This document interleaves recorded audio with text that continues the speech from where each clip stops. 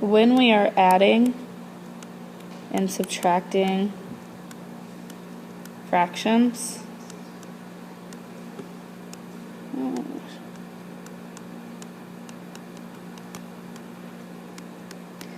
we must always have a common denominator or find the common denominator in order to add or subtract.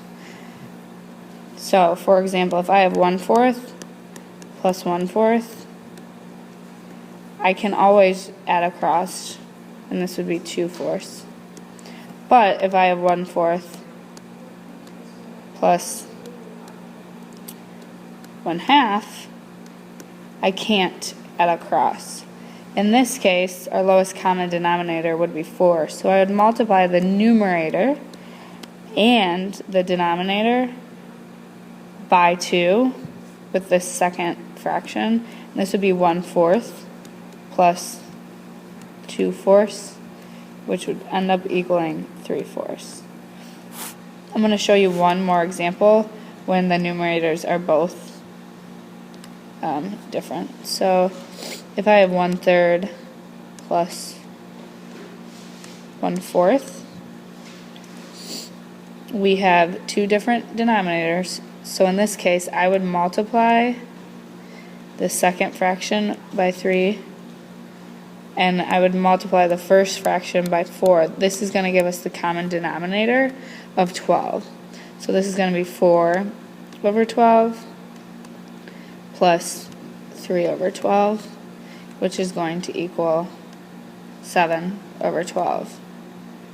This is the exact same process for subtraction, which you already know. When we are multiplying, you can always multiply across. It does not matter if the denominators are the same. This should be a dot. So 1/4 times 1/12. Since the denominators are not the same, I can still just multiply across. So 1 times 1 is 1, and 12 times 4 is 48. So 1/48 would be our fraction. For dividing, remember, it's a little bit different. Dividing. Don't forget our song, flip and multiply, flip and multiply. So if I have 1/4 divided by 1/3, the first fraction stays the same, 1/4, and the second fraction gets flipped and multiplied, 3 over 1, which is going to give us 3/4. I wanted to show you another example. If I have 10 times 3 over 4, remember that if a number is by itself, it is a whole number, so it's always going to be over 1. So this would just be 10 over 1 times 3/4. This is going to be 30 over 4, which you can simplify to be 15 over 2. Now I want to show you examples using percents of a number and how we do that. So if I have the number 0.031 and it asks me to rewrite this number as a percent, remember all you have to do is move the decimal over 2 places. So this would be 3.1%. Remember, if it's asking you to find the percent of a number, you are going to, I'll write the example, 42% of 30. Rewrite the percent as a decimal point by moving the decimal over 2 places for 2. And of tells us it's multiplication, so times 30, which 0.42 times 30 is 12.6. And that's my answer.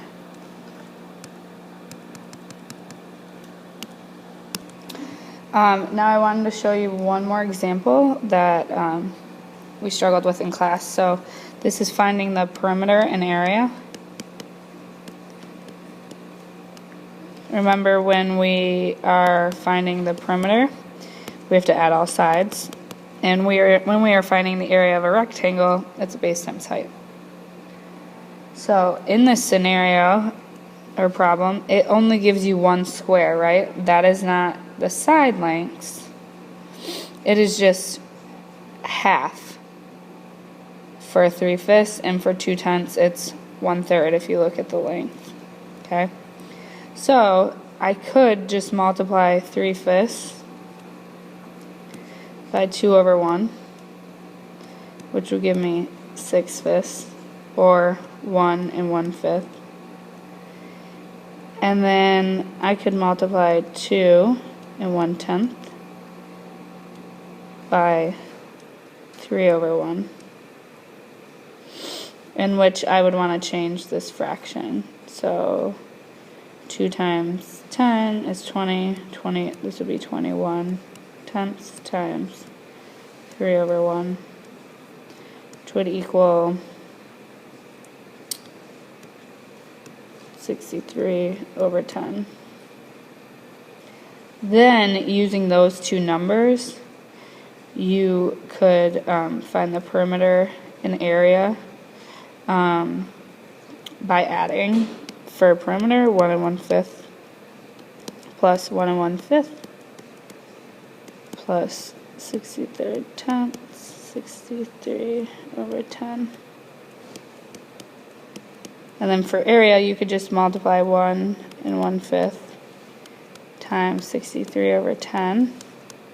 And I would change the 1 1/5 to 6/5 times 63/10. And just multiply across. So 63 times 6 is 378. 5 times 10 is 50. And then you would want to simplify this answer. This number simplified would either be, you could write it as 7 14/25, or 7.56.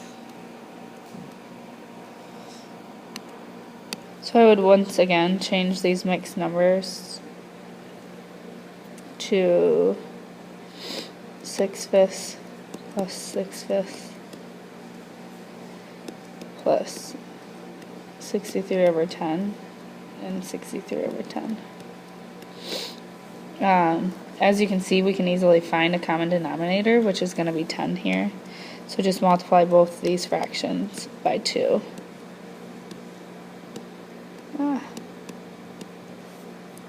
It's going to give us 12/10 plus 12/10 plus 63/10 plus 63/10. Now we can just add across. So 12 and 12 is 24, plus 63 is 87, plus 63 is 150/10. And we know we can simplify this by dividing it by 10, which is going to give us 15.